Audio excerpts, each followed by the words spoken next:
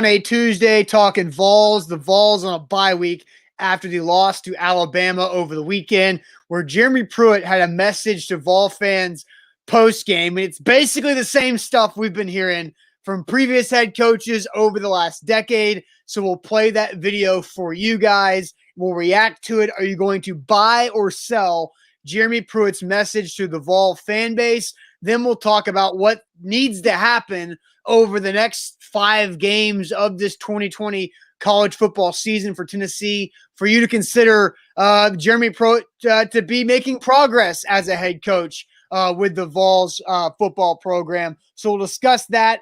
Will you feel good? Like, what has to happen for you to feel good about the Tennessee Vols program under Jeremy Pruitt for the final 5 games? And then there's an SEC officiating discussion we need to have, and why there's no excuse for the mistakes that the SEC refs are making. And Zach, it's Tuesday, which means Trivia Tuesday.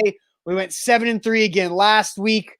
So we're just teetering right over that 70% mark. We need to have a strong day today in our trivia, in our Takes Too Long Tuesday trivia here at the end of the show for you guys to get involved. We need an 8-2 day today. We have to have an 8-2 day. I'll dig up our overall record, but I know we're 71%.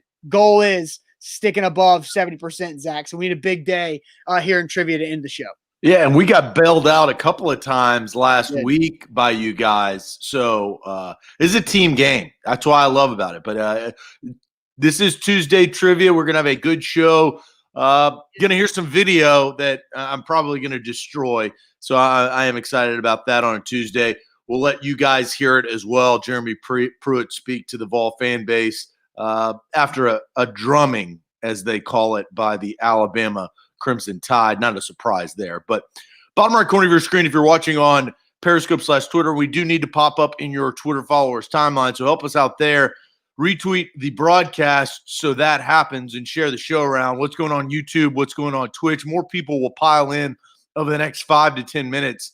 And as you do, please share the show. Bottom left corner of your screen, if you're on Facebook, though, share now to public. You share, post, bop. That's it. That's all you have to do. It's very, very easy. We need to pop up in your Facebook friends news feed. Sharing is caring, and we're ready to rock and roll on this Tuesday. We are. Let's get it going officially. Welcome into A to Z Sports. I'm Austin Stanley. He is Zach Bingham. Make sure you follow us on Twitter at A to Z Sports, and you like our Facebook page at A to Z Sports Nashville. We are Nashville's on-demand sports talk network, and we go live every weekday morning at 8 Central Time. Got to thank our sponsors because they make everything happen for our show, for our business, and they help out you guys. Renters Warehouse Nashville, the professional landlord in the Nashville area. RentersWarehouse.com is where to go to find out how much your home can rent for. Mandu, the Pulse of Fitness, where one 15-minute workout equals 5 hours in the weight room due to electronic muscle stimulation. Mandu.com. Your first workout is absolutely free. The Tucker Agency, saving you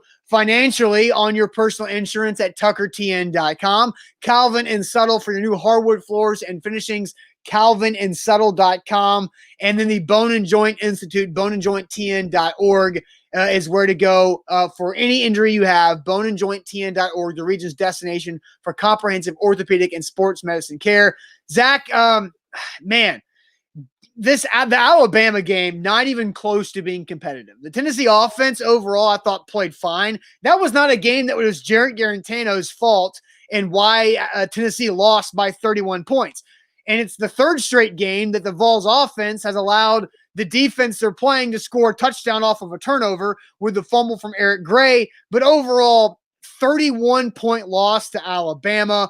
It's hard to look and find the progress in this football program from Jeremy Pruitt. What were your thoughts on how the Vols showed up on Saturday? Well, look, they weren't going to win the football game. So right. What did you have to do, right? And there are moral victories in the SEC. I'll give you one example. I think a moral victory for Lane Kiffin and Ole Miss competing with Alabama down to the wire. And if you watched that game a couple of weeks ago, they weren't going to win, but they performed well. They showed that their offense can do it, and they played really bad since. But that's beside the point. I would agree with that, though, the moral victory, though. Right. There are moral victories, and I you hate to say that, but it's the truth. There are moral victories within college football, especially because there is such a discrepancy between two teams. Like Alabama is the number 2 team in the country, and Clemson's number 1, but Clemson doesn't play anybody. They will play Notre Dame here in a few weeks, which will be interesting. But Tennessee at 2-3, it was one of those games that it's unfortunate. It's just the way that it is before the season, you just automatically counted teams as losses, right? You don't do that in the NFL. You really don't. You could assume losses, but you automatically knew that Tennessee was going to lose to Alabama. The problem with Tennessee has been, and we've talked a lot about Jared Garantano, and we will, is he doesn't play well in these games. And well in these games, as I say, from start to finish. He may play a good half, he may play a good quarter, but he cannot string, and the team cannot string 4 quarters of play together where you can get down to it. Whether it was last year's Alabama game where he botched and took it on by himself to do the QB sneak, and eventually that game wasn't close, or this year where they got essentially blown out 48-17. And I was watching this game at a house party, and everybody stopped watching it, and that's where Tennessee is as it comes to Alabama. We don't compare them to Alabama, but the problem is, Austin, and Tennessee fans have to realize this, they play Alabama every year. That's one of their West rivals. It's the worst pull that you could possibly have, and they have it. So you have to start figuring out a way to compete. Well, and they just seem to me, Austin, that they're not anywhere close to doing that. Well, and Brent brings us up that Pruitt's now 0-8 against Alabama, Georgia, and Florida. They play Florida at the end of this season with an average loss by 28 points. Even Butch was able to beat Florida once and Georgia twice. And Butch Jones was off to a much faster start. Year 3 for Butch Jones was better than what's happening right now. Now, I don't think Butch Jones would have handled the coronavirus very well whatsoever. But I do know that Butch Jones got bailed out by quarterback play. Josh Dobbs. Josh Dobbs is the biggest difference between the success Butch Jones had and the success we haven't quite seen turn the corner for Jeremy Pruitt, because he seems stuck with Jarrett Garantano. And I thought Jarrett Garantano played well, threw the ball well, against Alabama. He had 2 touchdown passes. He had a lot of accurate throws down the field that you thought looked good. They just showed in that game that they did not trust Jarrett Garantano whatsoever by running the ball 7 times on 3rd down, with a lot of those being 3rd and 5 or longer. So that's the problem is that they don't trust their quarterback, and so they're not playing to win games. At times, they're playing to not get embarrassed and blown out. And then what happens? And by doing that, they get blown out. And so in the post-game press conference, Jeremy Pruitt answered a lot of questions, and there was a certain theme to this overall press conference, and really a theme to a lot of times that Pruitt speaks to the media that we'll talk about later in the show. But he was asked about, he was asked a specific question about what would you tell Vol fans and the fan base after losing your 3rd straight game in year 3. And here's Jeremy Pruitt, brought to you by Wilson County Hyundai and WilsonCountyHyundai.com. Hey, nobody's more disappointed than the people within our program, I can assure you, okay? So, it's the reason that I wanted this job, okay, is because I understood the passion, the energy, the expectations of Tennessee football, okay? When I took the job, I knew exactly where it was at, exactly. Okay, which is why I wanted the job, okay? I wanted this job because I wanted to get it to where it's supposed to be. It's a hell of a challenge, all right, and I'm glad I took the job. I'm excited about being here. All right, I'm not discouraged. The people in our program are not discouraged. All right, I know where our program's headed, and we'll get there. So that's Jeremy Pruitt, and that was when he was asked, what would you tell Vol fans after losing 3 straight? Zach, what was your first reaction to that? This. Now, I don't know if it's that extreme. This. He's not making Butch Jones type comments in press conference where Butch Jones was that meme like nonstop after. No, that's the point. That's the point of this whole show, Austin. You asked me a question. No. That's how I felt. Okay. Because I've heard this before. It's the same thing that Butch Jones told me. It's the same thing that Derek Dooley told me. Now it's 10 years, right? 10 years. I'm a grown-ass man now. I'm 33 years old. 10 years ago, I was 23. I was doing a lot of dumb, stupid things at 23, right? They were funny at the time, but I've grown up.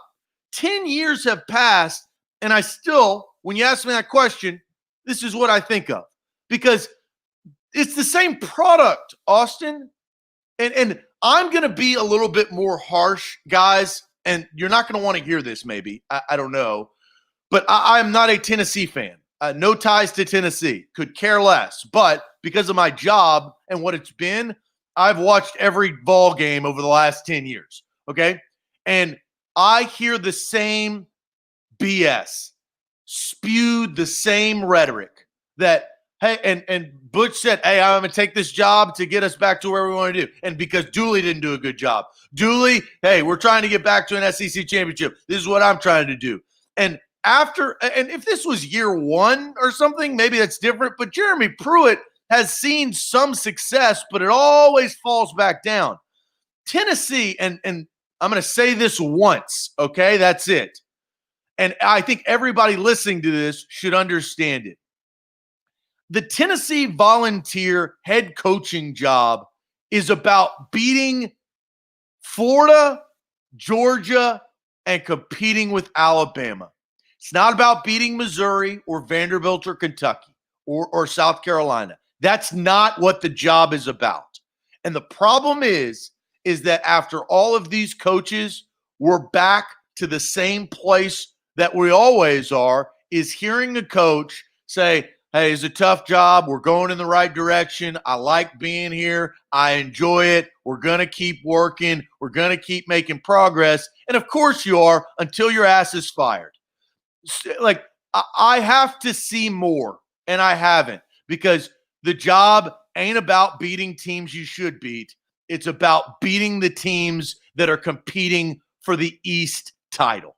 All right, so a couple comments I want to read, and then we're going to ask you guys a question here. Let's see. Where was that one comment that I wanted to read?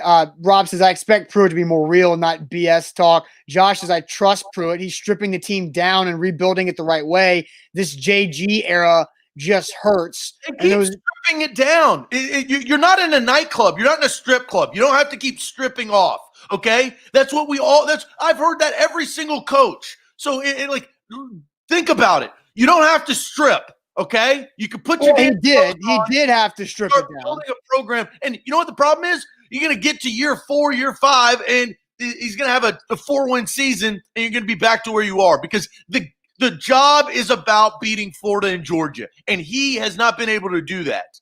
Well, and Rob says Butch did have a quarterback, and Josh Dobbs, like I mentioned, and Pruitt does not. And Rob adds, but that's Pruitt's fault for not having a quarterback. Right.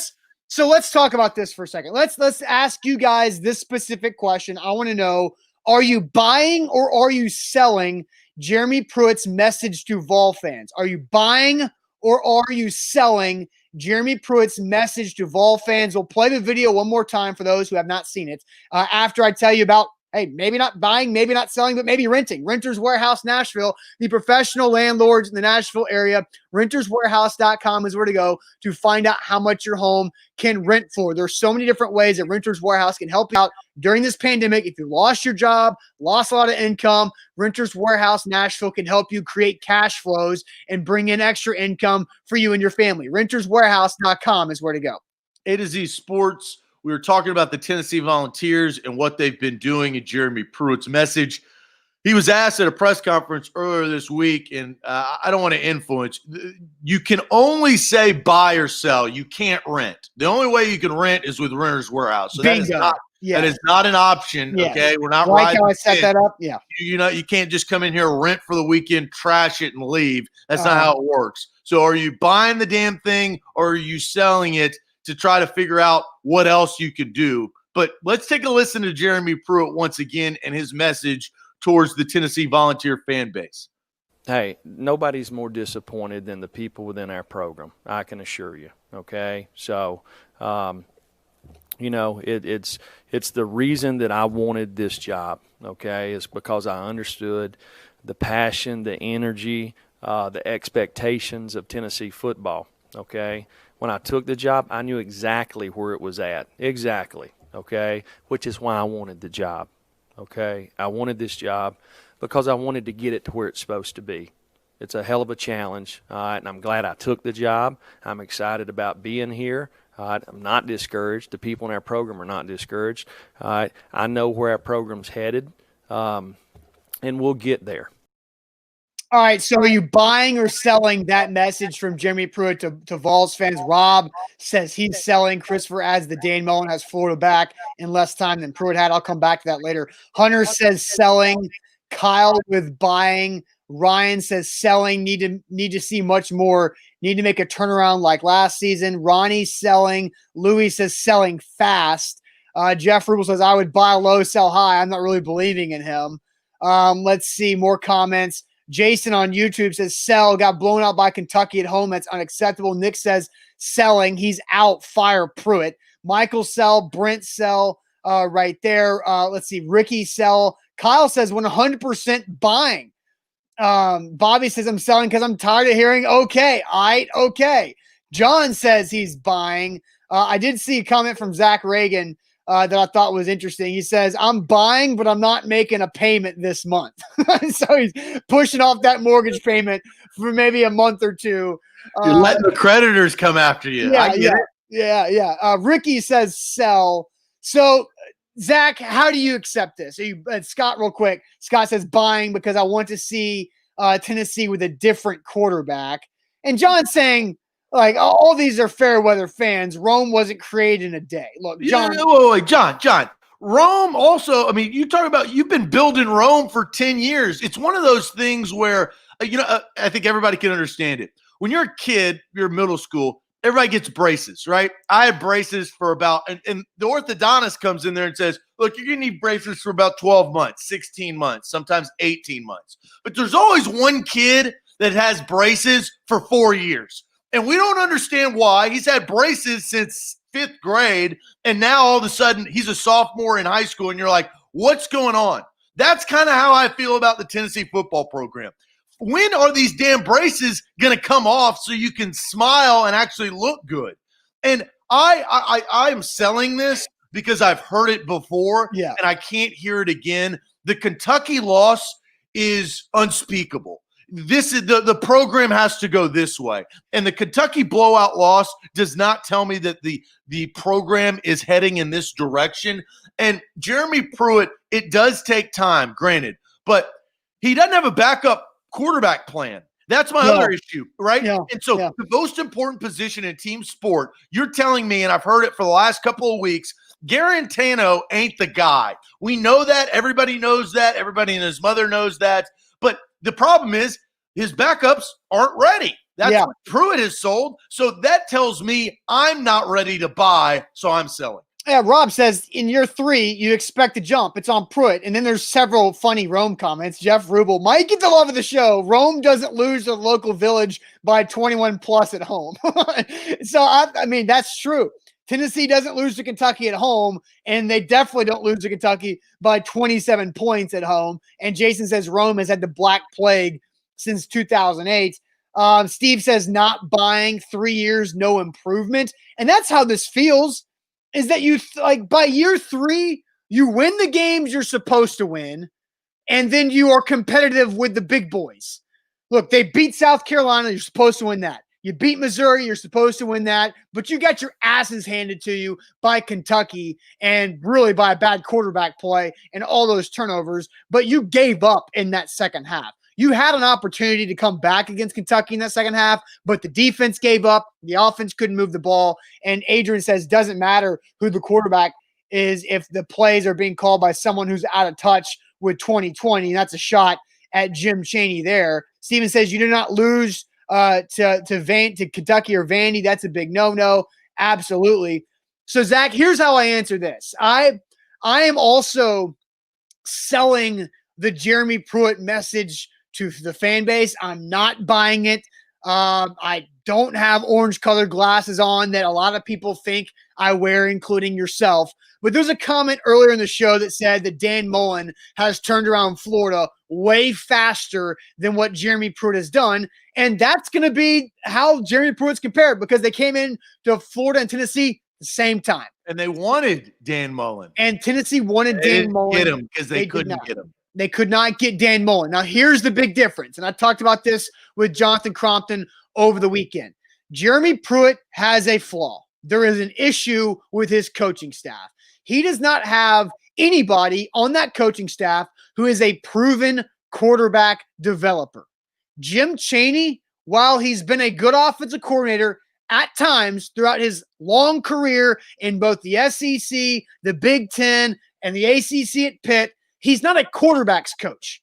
He's a play caller, and he's a former offensive line guy. That's how he got his start. He's not a quarterback's coach. He does not hands-on work with quarterbacks. And this is coming from Jonathan Crompton, who was a quarterback on a Jim Chaney offensive coordinated offense at Tennessee. Lane Kiffin was the guy who helped Crompton turn his career around at Tennessee, not Jim Chaney. So the problem is Chris Winkie is the quarterback's coach. And if you look at Chris Winkie's career as a coach, he was a high school head coach for 5 years at IMG Academy, which is a recruiting position. He was a quality control coach for a couple of years. He was the Rams quarterback coach when Jeff Fisher got fired because Jared Goff sucked. And then Jared Goff got way better after Winkie and Fisher and that entire offense left. And then he came to Tennessee. Chris Winkie has 4 years of being a quarterback coach, the last 2 being at Tennessee, the first 2 being with the Rams where he got fired. Chris Winkie cannot develop quarterbacks. He might have good recruiting ties, and that's great and all, but once you get a guy on campus, you have to make him better. And Brian Maurer's not any better, JT Shrout's not any better, and Jarrett Garantano not any better. And Harrison Bailey hasn't had an opportunity yet because of what 2020 is. That Jeremy Pruitt will fail until he gets a quarterback coach who can develop. Dan Mullen's out here making Kyle Trask look like a Heisman candidate, and that guy hadn't started a game since like 7th grade until he got to start for Felipe Franks. And here's the difference. Dan Mullen is known, and they're complete opposites. Right? Dan Mullen is known for the Kyle Trask turnaround, right? Like he's known to put young quarterbacks in advantageous positions to thrive. Absolutely. Right? And that's why he did so good at Mississippi State, and that's why he's done very well at Florida. And that's why it feels like, and the trend in college is nearly the same in the NFL. The offensive play caller, the offensive quarterback guru typically gets the head coaching job because you have to have that guy. If you don't have that guy, if you don't have a quarterback who's competent or who takes you to the next level, you're just going to be an average football team who's going to get beat. And the Titans found Ryan Tannehill, and they're probably going to lose Arthur Smith, and we'll see how that happens with Mike Vrabel. But Jeremy Pruitt has to find somebody who can actually develop a quarterback because he doesn't have it on his coaching staff right now. And I don't know if that's T. Martin either, because he hasn't necessarily been a quarterback's coach by trade, but there's an issue with the offensive coaching staff because all 3 of these quarterbacks have been on the roster and in the program for at least 2 years, and a lot of them 3 or more, and they're the same guy they were 3 years ago when this coaching staff took over. And that's the problem. So before we move on to our next question, Austin, I'll ask you this on the quarterback discussion. The 3 guys you've mentioned can't do it. Are they going to get into the same situation where they're going to have to expedite the process for Harrison Bailey this season and throw him to the Wolves? And if he gets – and he's going to have to play the likes of Auburn, Texas A&M, and Florida down the stretch. Am I right? Right? Arkansas is no pushover. And Arkansas is no pushover. Do you think that they will throw him to the Wolves? And if they do, he's either going to go one of 2 ways, right? He's not going to just play mediocre. He's either going to fail disastrously or he's going to give this team a boost and beat one of those teams that we've mentioned. So what do you think the coaching staff will do? And that's the thing. Not what you do. I understand what you're asking me. The thing is in that post-game press conference where we played the clip of the message of the fan base earlier in the show, there was a theme overall in the 21 minutes that he was talking to the media via Zoom. Jeremy Pruitt consistently said that he is not going to play young players who have not earned or who have not had the opportunity to prepare adequately in practice. Jalen Hyatt is making an impact on the offensive side of the ball because he's been the freshman wide receiver who's gotten the most practice time and hasn't had to miss because of COVID.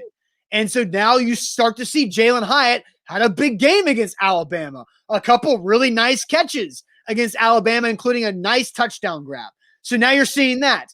Harrison Bailey is not going to get the opportunity this year because Jeremy Pruitt won't give it to him because of what has happened before the season started. And this is not what I would do. This is what I'm predicting Jeremy Pruitt to do because Jeff Rubel says, oh, here it comes.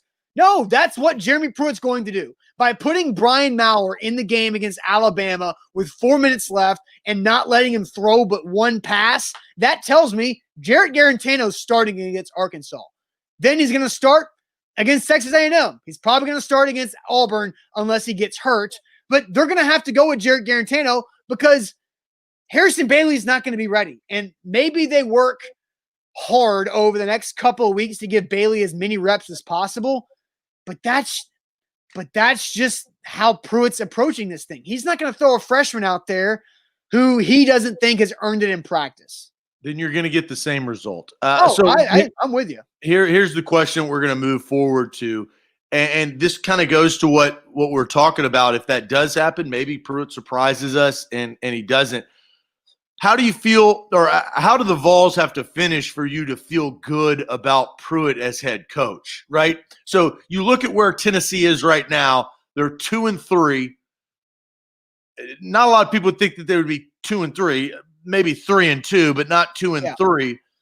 What do they have to do to make Tennessee fans, and we're asking you guys this, what do they have to do for the rest of the season to make you feel good about where this team is headed? Last year, they were able to do that, right? They reeled off consecutive wins. Then they won their bowl game in crazy fashion against Indiana, and they headed into the offseason without knowing what COVID was going to happen. Really, on a high note, probably the most – Austin, you may have to help me out on this, but the end of last season was the most optimistic I had seen Tennessee coaching staff, roster, fan base. Since when? I would say since the end of the 2015 season. It's when Butch Jones, in his third year, they finished with, I think, Music City Bowl?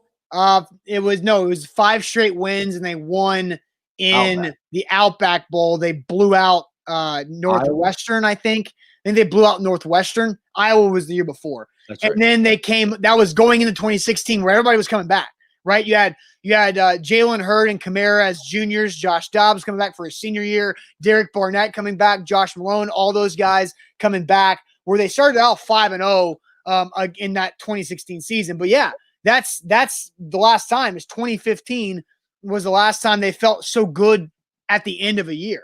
All right, so to that, what do they have to do this year to finish the season off for you to make them feel you to feel good about Jeremy Pruitt as head coach? Right. First, tell the people, Zach, about Calvin and Subtle. Yeah, I absolutely can do that. CalvinandSubtle.com, or give them a call, 615-448-6414. Calvin and Subtle, they can help you with brand new hardwood floors. Think outside the box this holiday season and upgrade your house, the equity of your house, with new hardwood floors. Cost-effective hardwood floors. It's not going to cost you that much, plus installation 1 to 2 weeks. 615-448-6414.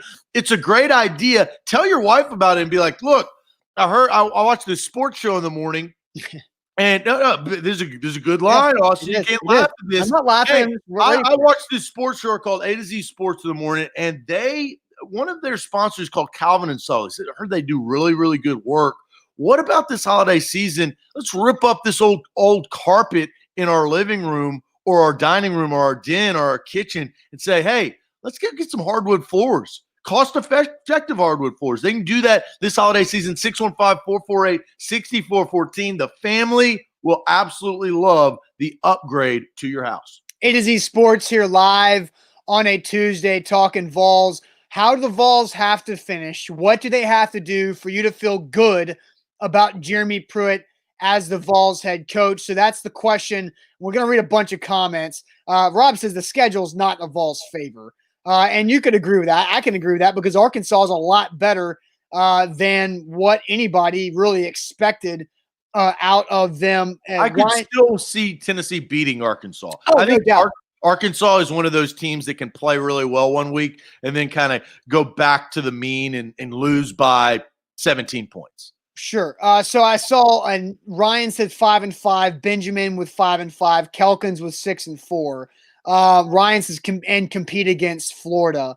Hunter says win out, that he has to win out. Now that would be impressive because then they would go 7-3.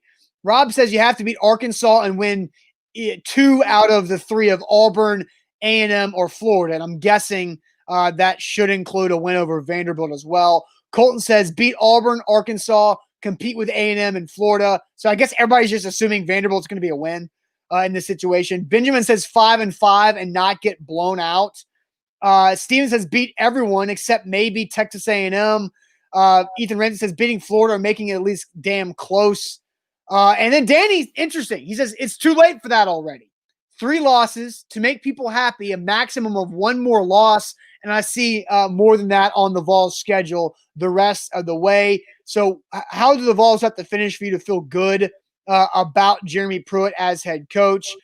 Those are some. Tony says play the freshmen, all of them, get them some action so they can feel comfortable. And I see Jay Hamp saying beat Texas A&M or Florida. Zach, how do you feel about this question here we've asked? My expectations are so unreasonable that he really can't do anything. He'd have to beat Texas A&M, Auburn, and Florida. And that's not going to happen. He's not going to beat all 3 because he doesn't have the talent. He doesn't have the players. But that's the only way. He has to beat all 3 of those teams for you to feel good. So he's got to finish 7-3. Yeah. And he has to Zach, beat. That's not consistent with what you thought. You predicted them to go 5-5 this season. Yeah, but he can't. So if they go 6-4. But Austin, what do we know now that we didn't know then? Okay, it's a good question. Okay. What we know now is they don't have the quarterback. Obviously. And so whose fault is that? Jarrett Garantano's, Chris Winky's, Jim Chaney's, and Jeremy Pruitt's. Right. But most of all, it's Jeremy Pruitt because he had so many guys. He could have gone out and got grad transfers. He could have made better competition. We saw JT Shrout and Brian Maurer last year, right? It wasn't like that we had never seen them before. And then when you get into a bind, him not knowing that, he didn't have his freshman quarterback ready to actually play, and he said that. He was not ready. That's on Jeremy Pruitt. That's not on Harrison Bailey. So I look at that. There's nothing that he can do to make me feel good because I feel that Tennessee is in the same damn situation they've always been in. And on top of things, the rumblings that the players don't seem to be happy because they're losing, right? Well, because they're losing. Of course they're not happy. It would be a problem if they were happy and they were losing. That's a good thing that they're pissed off because they're losing. But that also can create discourse within a full season and between players and coaching staff as it goes on. That's just a frustrating football season. That happens in every program who has rough. Tennessee's not making any progress. They're going backwards. Look, the loss again. The first going backwards. Yeah, no. Well, that's what I was gonna say. The first 10 quarters of this season was great. You beat South Carolina, you blow out Missouri, and you're leading Georgia on the road at halftime. The next 10 quarters have been as bad as it possibly could have been. You get blown out by Georgia in the second half when you had the lead. You get demolished by Kentucky and road graded by Alabama, and it wasn't even close. So where was the first 10 quarters? If you can get those first 10 quarters in a bottle, you can. And why not? Because they did it already. Huh? Because they never have. That's why. Don't think crazy. Never what?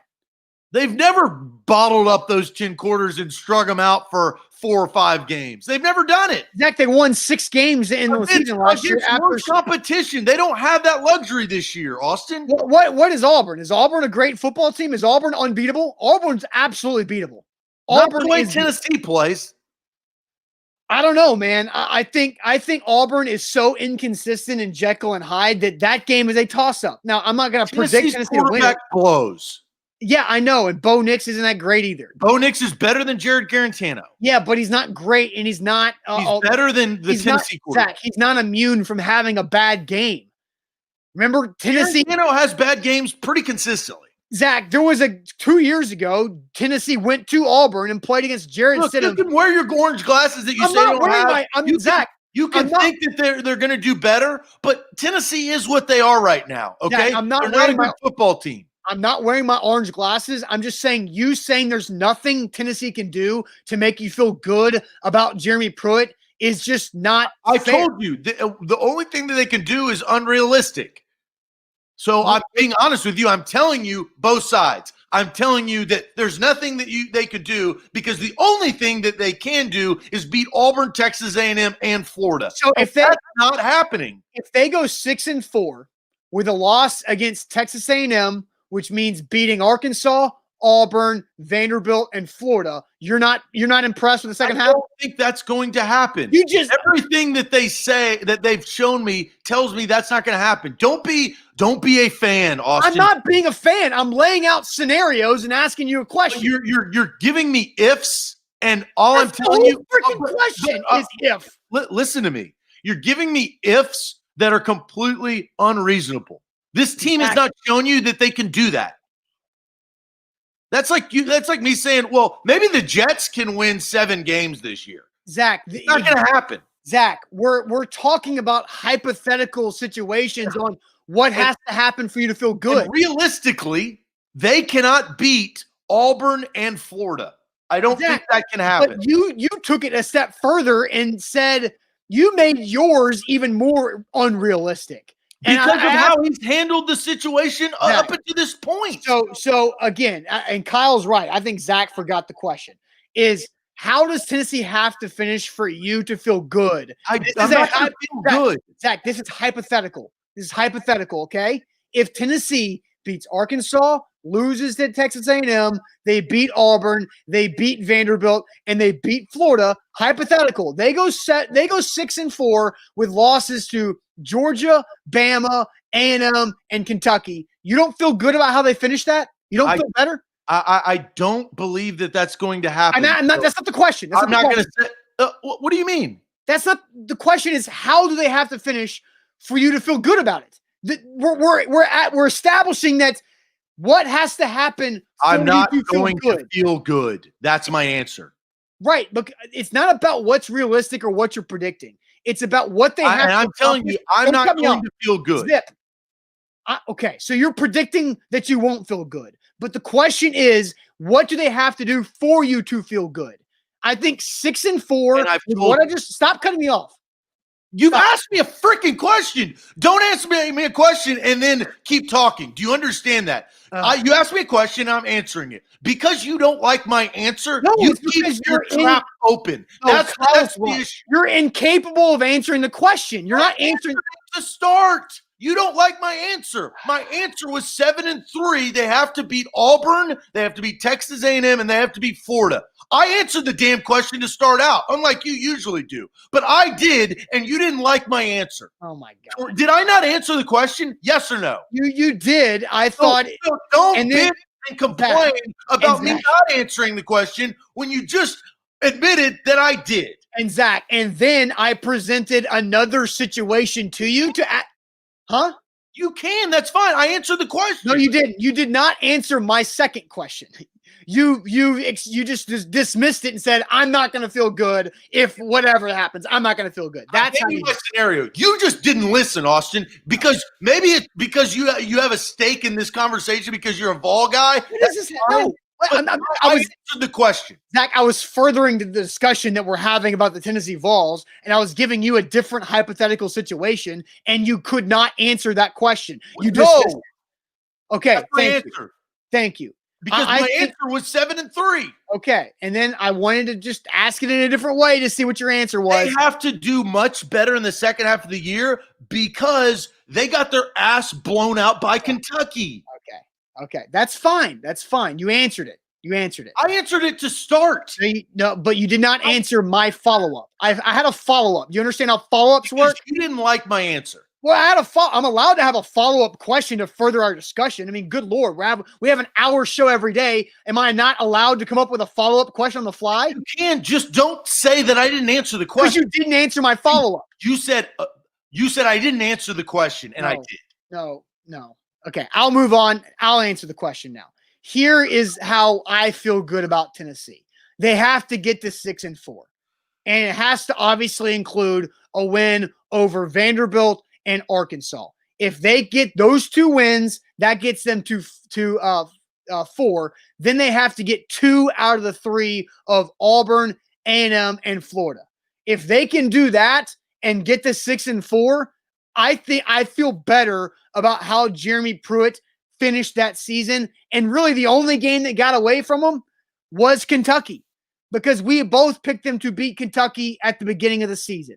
They lost that game. That's unacceptable. But if they can find a way to still get to 6-4 where they lost to Kentucky on the resume, I feel better about how Tennessee is moving forward with Jeremy Pruitt. What's the likeliness of that happening? Probably like 20%.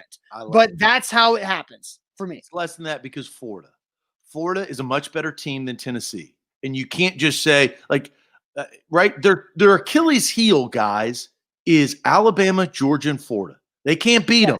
Well, they can't beat them. So what, and in what way does it make you feel that they could beat them this year for you even to have that notion? Zach, I'm answering.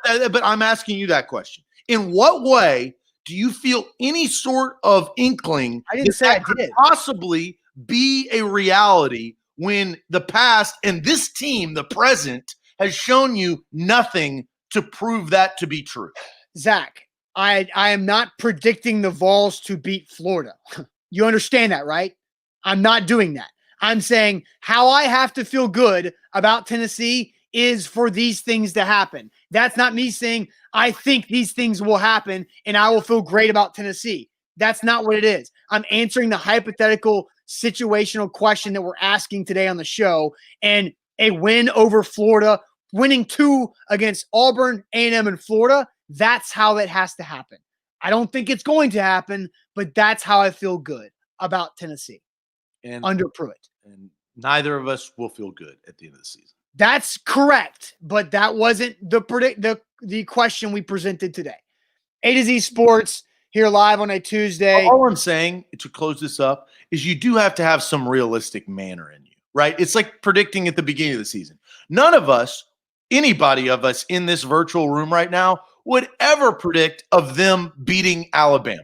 Correct. Nobody, right? Nobody. And so I am not going to even – I look at Alabama and Florida as the same, very comparable in when Tennessee plays them. And it's unfortunate. Alabama's a much better team than Florida. Don't get me wrong. Florida has its holes. But I don't think that Tennessee can beat Florida. I don't think so either. But we're asking a hypothetical question. When I asked you this question this morning, you said that's a good question.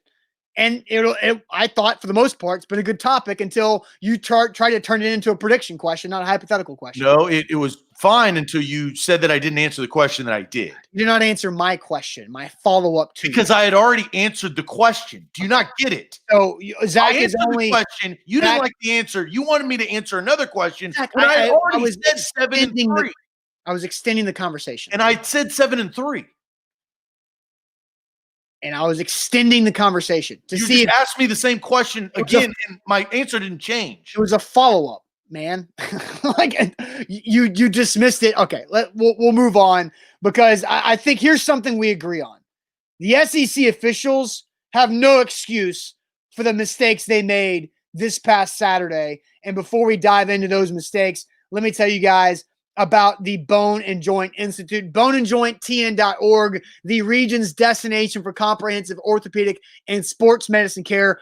boneandjointtn.org. Whenever that injury happens in life, make sure you get the best care possible by heading to Franklin, the Bone and Joint Institute. They start your recovery process and they end it all in that one building. The x-rays, all the testing machines are there. All the rehab is there. They do the surgery there. boneandjointtn.org is where to go. A to Z Sports. I'm going to sound like a homer just because of the timeline of when we're discussing this. But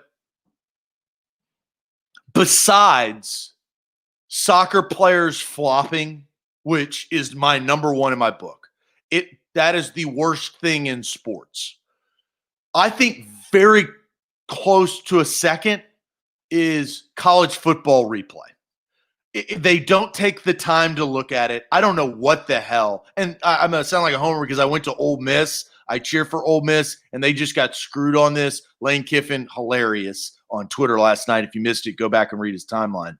But second to these buffoons that play soccer that look like they got shot from a sniper above, second is college football replay. I don't even know why they have it because they don't use it adequately. And it's not just about the Auburn Ole Miss call. It's like, why don't they review that? Why don't they review that? And then the opposing coaches know this. So what do?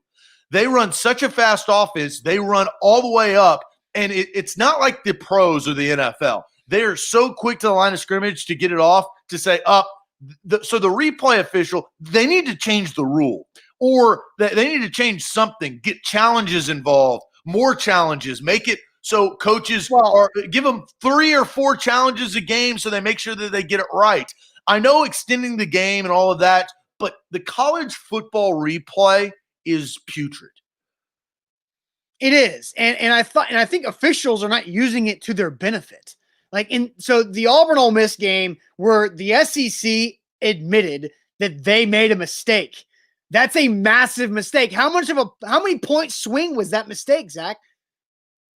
It was 14 point. Well, yeah, 14-point swing. They were up by 7. They would have been up by 2 scores in a 7-point game. 6 minutes of the final whistle. Yeah, that is a game-changing play, a outcome-altering decision and mistake by the referees. Now, one other mistake by the referees on Saturday that had no close of an impact, zero impact on the final result because Tennessee scored on the next play, is that the referee calling Jalen Hyatt out of bounds when he was running to the end zone, when he did not step out of bounds. It's like referees are not allowing the rules and the technology to bail them out. They should let plays go.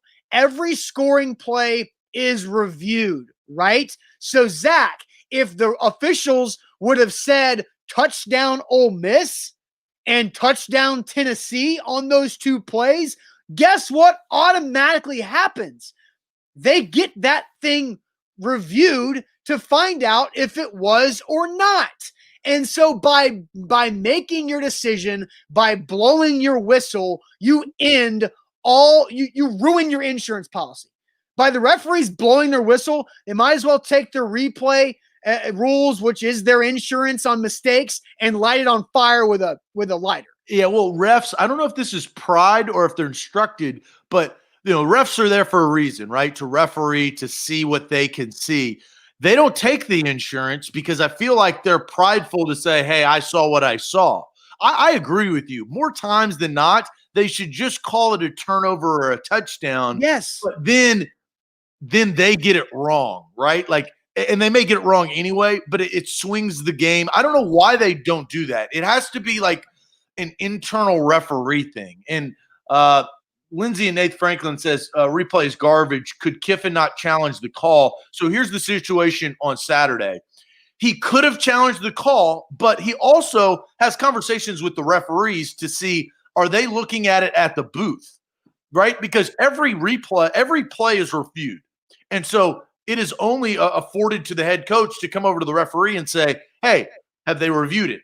The referee, as Lane Kiffin said yesterday in a press conference, the referee turned to him and says, yeah, they looked at it because Lane Kiffin said, hey, have they looked at it or should I challenge? The ref looked at him and said, yeah, they looked at it. There's nothing there.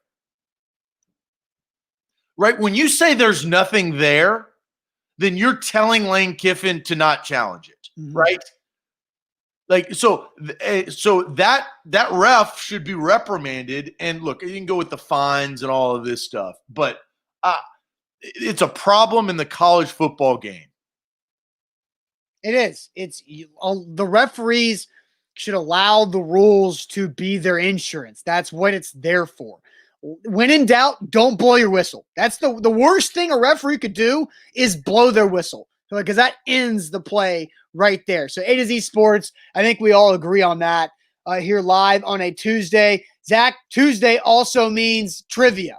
It's trivia time. We're 71% correct, and we need everybody's help in this next segment for our Takes Too Long Trivia Tuesday here on the show, Zach. But first, tell the people about the Tucker Agency.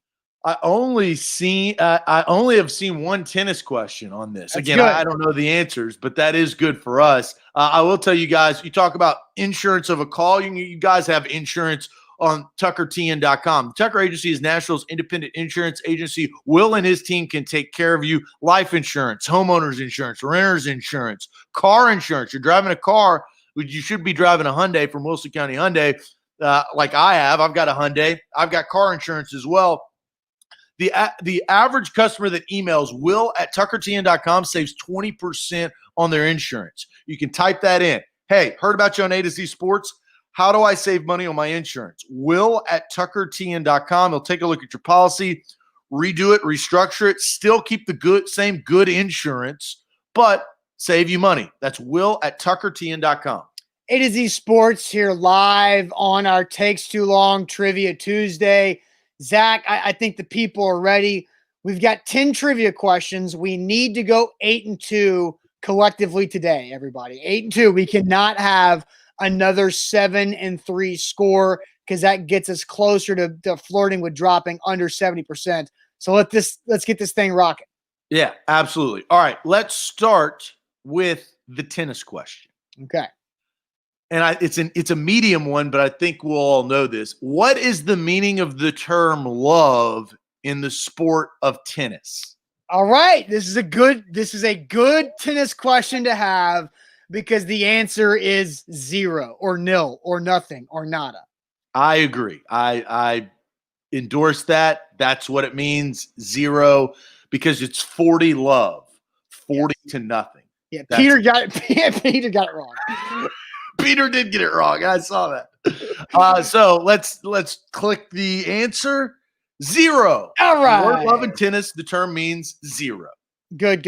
So we're 1-0 this week. That's great. Oh, I do see another tennis question. Damn. Let's go with another one though. And this is a medium one, but I think we're going to get it. We're going to get off to a 2-0 start. Which 1990s NBA great was nicknamed the Admiral? That would be one David Robinson. That is correct. It is David Robinson. So we've gotten off to a good start. I almost said David Johnson. I don't know why, but I almost said you hesitated. Maybe I got the Texans on my mind for some reason. I don't know, but I almost said David Johnson. Again, I mean, these are easy ones. I don't pick these questions they're randomly selected, but which of the following NFL teams is actually publicly owned? Oh, that would be the Green Bay Packers. That is absolutely correct. 3-0. And that was labeled as very hard. Usually the very hard ones are very hard. All of a sudden, this is now rapid fire trivia again. I know it is. Here's another rapid fire one, NFL style. What is the maximum number of players permissible on an NFL's team roster? Now, this is a hard question because active roster, it just says, and I'll repeat the question, what is the maximum number of players permissible on a NFL team's roster? I'm guessing if the answer is 53 because if it was the game day roster, they have to speak and say game day roster, which is 46, but this year it's 48 because of COVID. So 53 should be the answer here. I agree. I think it is 53. I think that is the answer. The answer is 53. Okay, 4-0. 4-0. I like this rapid fire style. 4-0. we're halfway there. We need to get to 8-2 or better. I think this is going to be a tough one. Okay. Oh, I actually may know this. Never mind. Which NFL Hall of Famer's daughter played for the Bikini Basketball Association? What? I'll repeat it. You think you know this? I think I do. Which NFL Hall of Famer's daughter played for the Bikini Basketball Association? I didn't even know that existed. I didn't either, but I do remember reading a story about this. I want to see. I will tell you my initial gut on this, but I do want, and I haven't heard. We've stumped people because nobody's answering right now. Yeah, Peter says, of course Zach would know. Yeah, of course. What do you like? What website do you get? He has her jersey. No, I believe that the answer is Terry Bradshaw. Okay, that's interesting. I was thinking that's who I think what the answer is, because what we're trying to answer is, as I'll repeat it, which NFL Hall of Famer's daughter played for the Bikini Basketball Association? We've got Deion Sanders coming in, but Deion Sanders not old enough for the Bikini Basketball Association. Exactly, right? But Tony is screaming Deion. 3 times Tony has commented Deion Sanders. He says, dude, it's Deion. So this is Tony versus Terry. Tony looks like does Deion Sanders even have a daughter who's old enough to play? So Deion is what, 40? Deion's probably in his 50s at this point. I thought Joe Namath was going to be a I think it's Terry Bradshaw. This is me versus Tony. Tony does sound confident though. And Deion Sanders has a son that's in high school, but who knows how many kids Deion Sanders has. I believe that it's Terry Bradshaw. I'm going Terry Bradshaw instead of Deion. Where's Tony? I haven't seen Tony answer in a while. I want to see Tony really. I'm overruling Tony because I'm the Z of this show. My answer is Terry Bradshaw because you don't have an answer, correct? Hold on. Tony commented. Okay, then he says he says her name is Deandra. I disagree with Tony. I'm going Terry. Tony has a name though. Nobody else has a name. Well, we know Carrie Bradshaw, right? I don't think it's Carrie Bradshaw. Is she an athlete? It's a Bikini Basketball Association. You don't have to be an athlete to be in the Bikini Basketball Association. You just have to. Yes, you do. You have to be able to play basketball at some point. No, I think Deion. You could play basketball in high school and still play in the bikini. All right. Just go with Terry Bradshaw then. Tony's got a year now too. He's got 2014. Oh no, Deandra. Oh, we lost. My bad. That's Tony. That's our fault. We should have gone with Tony. 2013. How old is Deandra?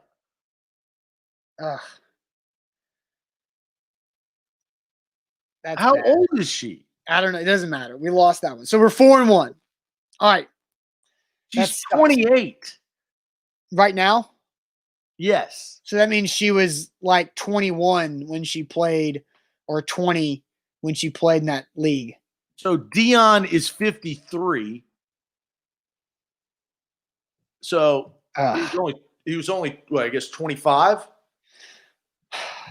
Tony, I'll take full responsibility. So we're 4-1. We're halfway through. We had a good start. We stumbled there. Tony had it right. All right, trivia finishing up with 5 more questions, but real quick, let me tell you about Mandu, the Pulse of Fitness, where one Mandu workout is faster than our Tuesday trivia segment. Mandu.com, your first workout is free. At 15 minutes, it simulates 5+ hours in the weight room because of the science of full body electronic muscle stimulation. It's a great workout, makes you feel better. It builds muscle. It doesn't put any stress on your joints. Mandu.com, your first workout, absolutely free. All right, we roll right along in our trivia because it is Tuesday. Here is a question in the NBA. The NBA star Louis Scola, you remember him? Played for the Rockets? I do, yeah.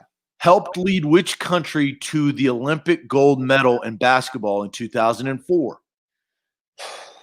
He's that old? Yeah, he is. I know this answer. It's Spain. Spain. Yeah, Spain is where. And Or is it Argentina? well, damn it. Peter says, I don't know. He followed his up. Now Argentina actually makes sense. Well, because Argentina was good there for a little. I think it's Argentina because they also had Manu. Because Spain had Gasol. Yeah, but they didn't have Gasol. And Ricky Rubio. Yeah, but that wasn't until like 2008's Olympics. Right. Or even 12. So I think Argentina is the correct answer. We have a lot of Argentinas. Let's go Argentina. Okay. We can only miss one more. So this answer is Argentina. All right. 5-1. That's good. All right. Here's another NBA question that we should know because of the documentary that we watched this past spring. Okay.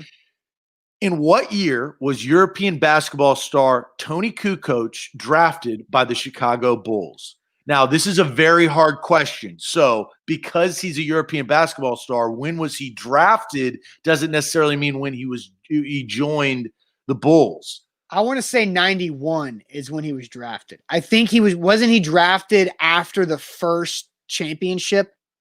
Because because it took a full year. Wait a second. Let's think about this.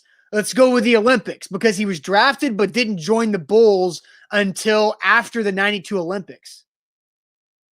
Remember, because they beat his ass in the Olympics. He wasn't on the 1993 team.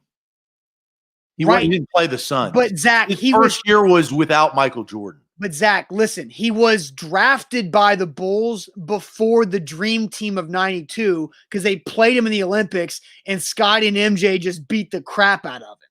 Remember in the Olympics? Was he drafted before that? Yes, that's why they beat the crap out of him because they drafted him and they didn't like it and they went and bullied him in the Olympics. And so that was the 92 Dream Team. So they either drafted him in 92 or 91. So it wouldn't be 90. It would not be 92 because that was when the Dream Team was. No, that's what I'm saying. Like it was the draft before the Olympics or not. That's what we need to know.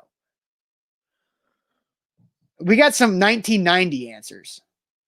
Tony says, look, Greg, Tony, and Kyle and Jason. You also have to understand, guys, there's no Googling this. Yeah, no Googling. You're cheating. You're ruining the game. And just like a parent, look, we will say Hunter bailed us out last week with a Bulls question because he's a Bulls fan because we talked about the Scottie Pippen trade. And so I think Hunter is probably right with 90. No Googling. And Tony says he's 51 years old, so he remembers that.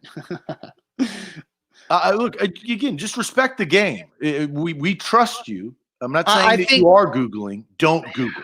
All right, I say we go with 90. I know one person Googled this. This is why I'm upset. It is 1990. Okay. And so I'm going to call out this guy who Googled. Andy, don't Google. You ruined the game because there's no way that you knew he was a second round 29th pick overall. Right? Andy. Like, let's boo Andy. Boo this man. Boo Andy because there's no way in hell that he knew he was a second round pick and 29th overall. If he would have just guessed 1990, but your ass looked it up, Andy. Don't be that guy. Okay? So shame and boo Andy. Boo Andy. There. Thank you. We're getting some boos for Andy.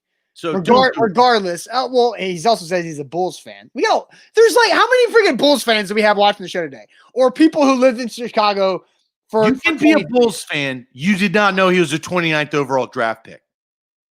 In the second round. All right. Anyway. All right. So we are 6-1, right? So we're getting there. We got 3 more questions. We need to get at least 2 more right to bump up our percentage. Well, but I like the way pressure's about to be on. Okay. Because we're not getting this one. Uh-oh. Who won the wheelchair men's Olympics of the Australian Open in 2011? Wait, what? That doesn't make any sense. The Who won wheelchair the Olympics. wheelchair men's singles of the Australian Open in 2011? Wait, say that one more time. Who won the wheelchair men's singles of the Australian Open in 2011? Did you say Olympics at one point? Australian Open. Oh, I thought you said Olympics at one point. Maybe I slipped up, but I thought I said Open. So what is this? Tennis? What sport is this? I don't even know. It doesn't tell you? In a wheelchair, so I assume that it has to be tennis, men's singles. Oh God. Rob says we need Andy.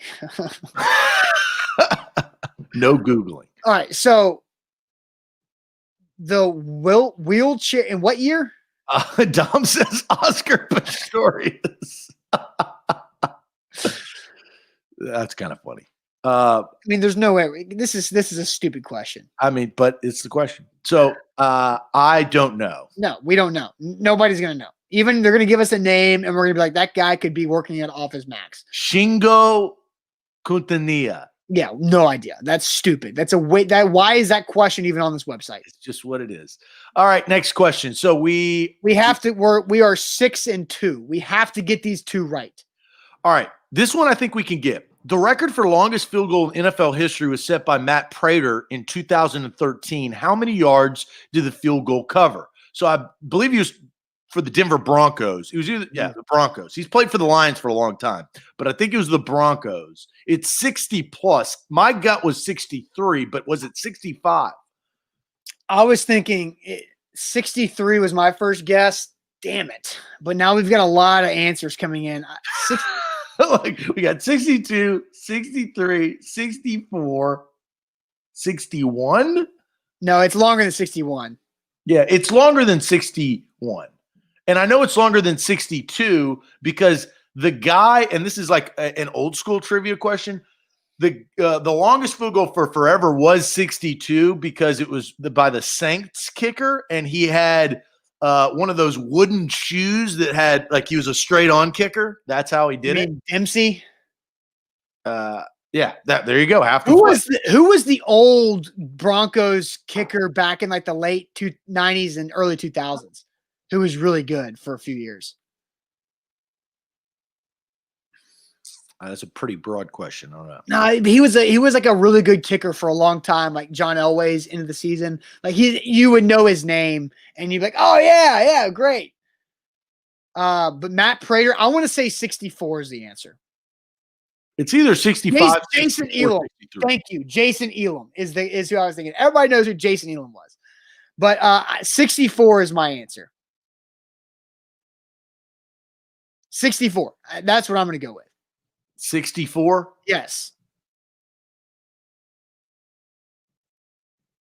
The answer is 64. And you know who was against? No. The Tennessee Titans. We should have known that. But anyway. All right, so the last question. We have to have this. All right. 7 for 2. We have to. This is a unique question. Hold on real quick. Kelkins asked, what jerseys were they wearing in that game, Zach? It was 2013. Yeah. 2013. I don't know if the Broncos had made the switch yet, but the Titans were wearing white tops and light blue pants. Check it. I'm working on it. The Titans were wearing what?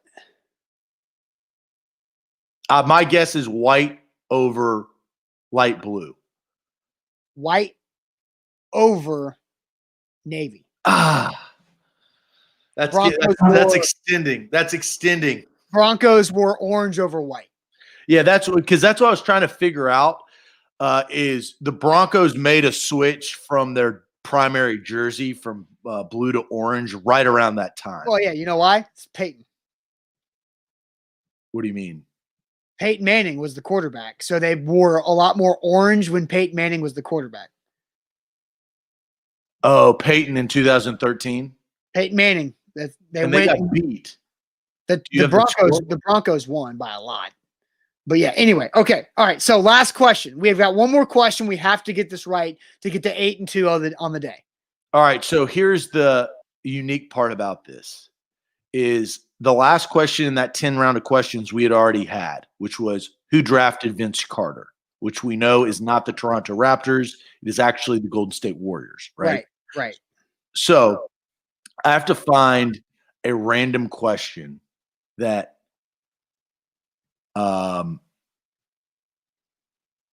it is. I've got to kind of scroll through to find one. No tennis. We've already done this one. So you're randomly selecting a question. All right. Clock's ticking. Here's a good one.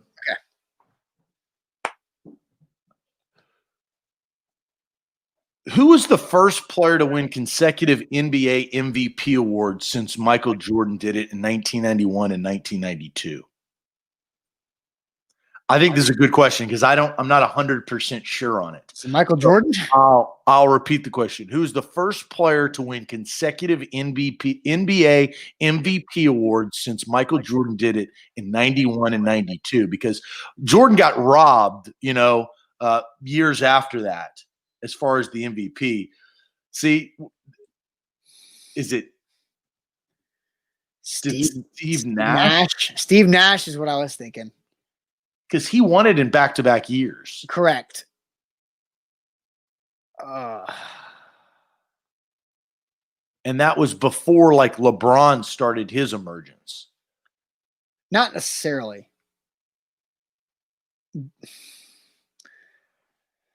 It's tough. So this is to get to 8.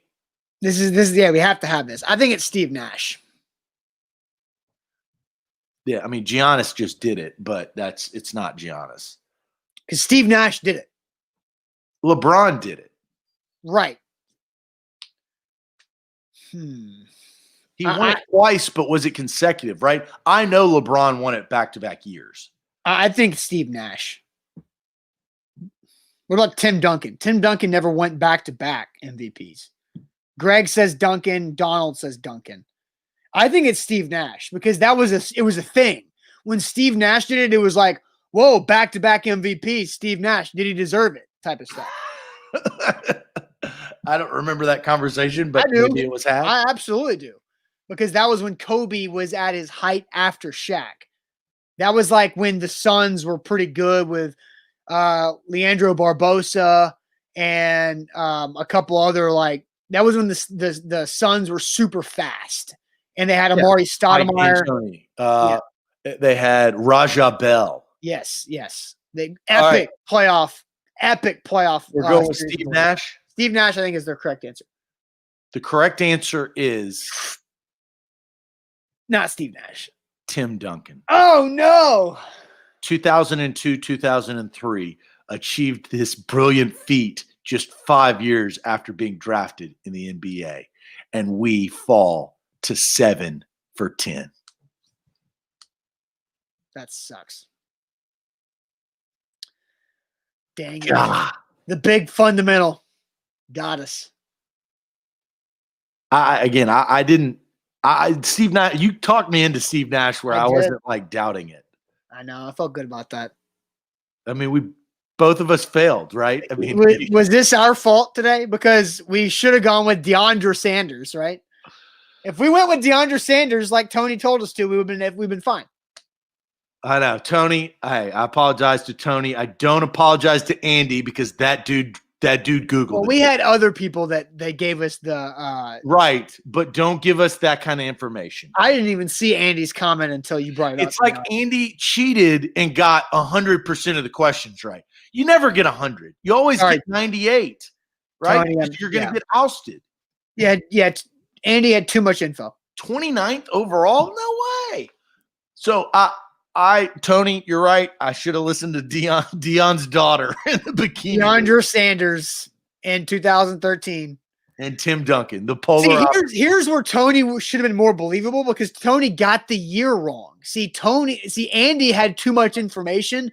Tony had just enough information, but guessed the wrong year. We should have believed Tony because Tony was emphatic. Yeah, he was. He was all caps.